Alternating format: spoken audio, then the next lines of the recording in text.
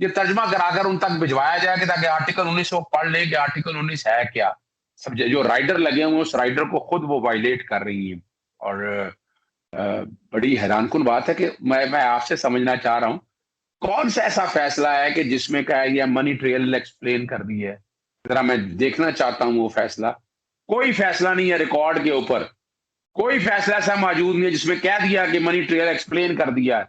کوئی فیصلہ 10 ممبر بینچ کا ایسا نہیں ہے کہ اپنا سورسز آگے ہیں. جو وہ کہہ رہی ہے نا کہ سورسز آگے ہیں, کہاں ہیں؟ ہاں, ان کے ایف بی آر کے فیصلے کو وہ بار بار خود زندہ کر رہی ہیں. کسی کی جائیداد کے بارے میں اگر ٹیکس گزارا دیکھنا ہے یا معاملات سارے دیکھنے ہیں تو وہ دیکھنے ہیں ایف بی آر نے. ایف بی آر کی رپورٹ میں باقاعدہ آ گیا 2003 سے 2013 تک غالباً 1 کروڑ کے قریب آمدن ہے ٹوٹل, جن کا وہ بہت کہہ رہی ہیں کہ پتہ نہیں کیا کچھ ہے. 1 کروڑ آمدن ہے تو ٹوٹل 10 کروڑ سے زائد کے تھے تو 9 کروڑ سے اوپر پر ٹیکس لگا اور 3.5 کروڑ کی ٹیکس لائبلٹی لگائی اس ایف بی آر رپورٹ نے. اس ایف بی آر رپورٹ میں لکھا ہے کہ یہ منی ٹریل نہیں دے سکی. انہوں نے 2003 سے 2013 تک کے جو پیسے بھیجے ہیں وہ بچوں کی لکھا ہے کہ بچوں کے رہنے جانے, ان کی تعلیم کے اخراجات ہیں. اگر ان سے جائیدادیں خرید لی تو تعلیم کے اخراجات کہاں سے پورے کیے؟ پھر جوائنٹ اکاؤنٹ جو ڈکلیئر نہیں کیا, انہوں نے نہیں کیا اور جسٹس قاضی فائز نے ڈکلیئر نہیں کیا, وہ بھی کلیئرٹی کی بات ہے. اگر جائیدادیں لینی تھی تو بچوں کے خرچے کیسے پورے شروع کیے؟ تو ایف بی آر کی رپورٹ زندہ ہے. ایف بی آر کی آپ انہیں شوق ہے نا کسی نے کرنا ہے مناظرہ, کس بات کا کرنا ہے؟ عدالتیں بند کرنی ہیں, محکمے بند کرنے ہیں. یہ مناظرے تب ہوتے ہیں نا کہ جب یہاں ہمارے یہاں عدالتیں نہیں ہیں, ہمارے یہاں ادارے نہیں ہیں, ہر ادارہ اپنے کام کر رہا ہے. اور اباؤٹ لفظ جو استعمال کر رہی ہیں اپنا فاروق نسیم کے بارے میں توضیح کا زمیز لفظ جو استعمال کیے ہیں, یعنی چھٹا اڑا رہے, مذاق اڑا رہی ہیں. اور یہ کیا زیب دیتا ہے ججز کے کوڈ آف کنڈکٹ کو. یہ ججز, یہ موقع آ گیا ہے کہ سپریم کورٹ کے ججز کو اس معاملے میں سیریس ایکشن لینا چاہیے.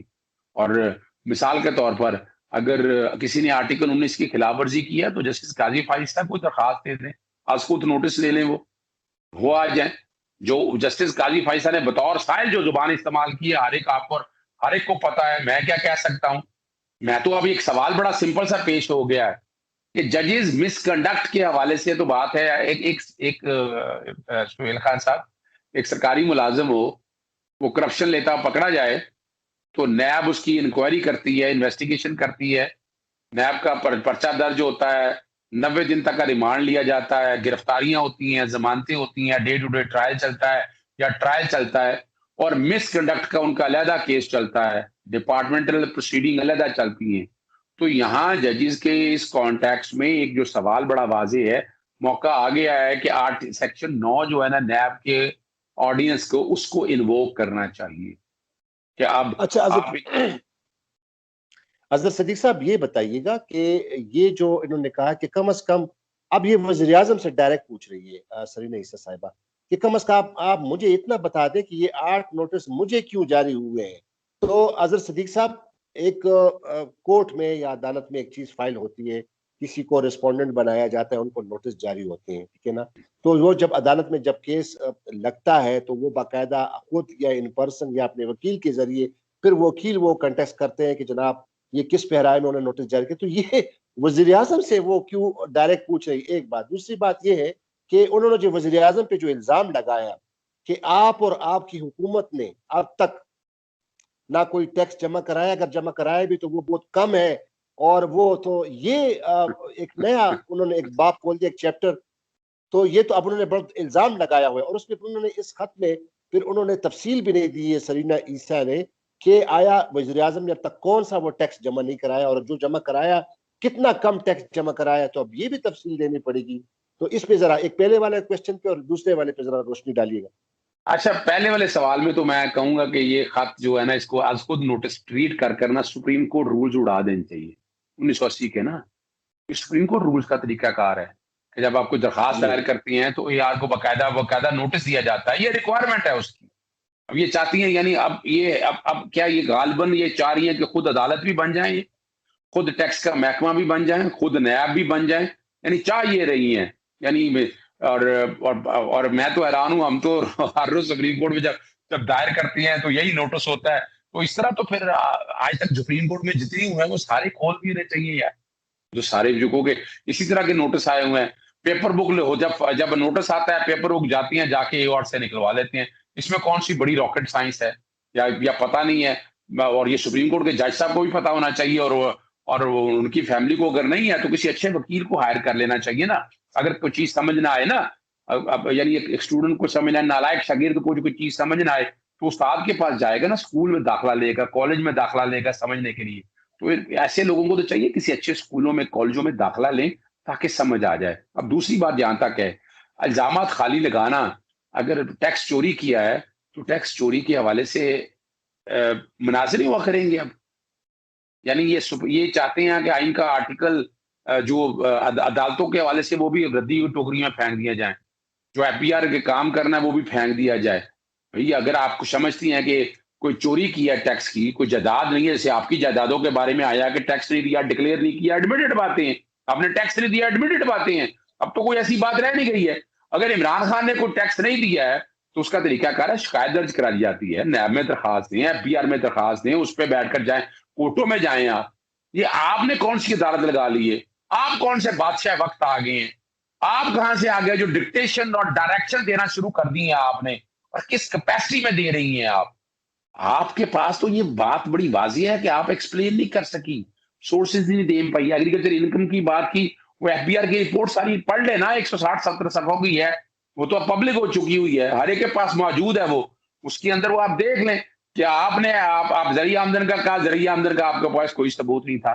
آپ نے پورے کہا کہ میری تنخواہوں سے آ رہی تھی، تو وہ تقریباً 2003 سے غالباً 2013 میں کوئی 1 کروڑ کے قریب جو آپ نے ڈکلیئر کیا وہ سارا سامنے آ گیا. باقی آپ نے کسی فورن کرنسی اکاؤنٹ میں پیسے ڈالے، وہ پیسے سورس کہاں سے آئے وہ کوئی ایکسپلینیشن آپ کے پاس نہیں ہے. پیسہ آپ نے باہر بھیجا، منی لانڈرنگ کی، وہ یہ تو بات بڑی ریکارڈ کی باتیں ہیں.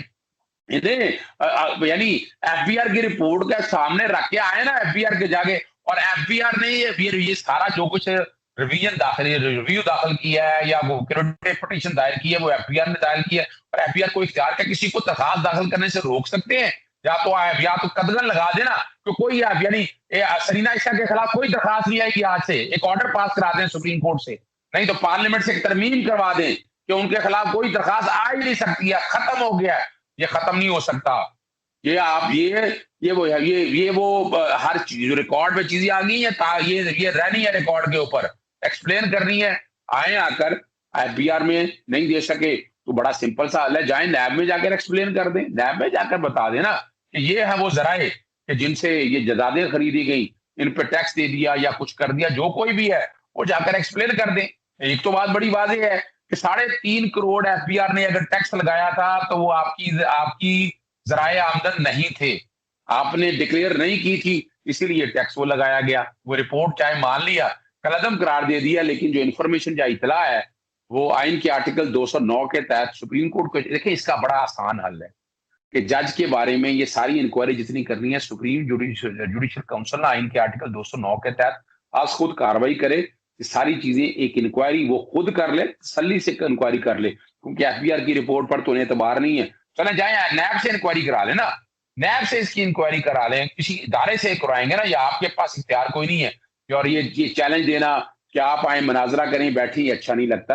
یہ اختیارات کا ناجائز استعمال ہے، یہ رکنا چاہیے. بہت ہو گیا. آئین اور قانون کی عملداری کریں، آئین کے آرٹیکل 4 اور 5 پر عمل درآمد کریں.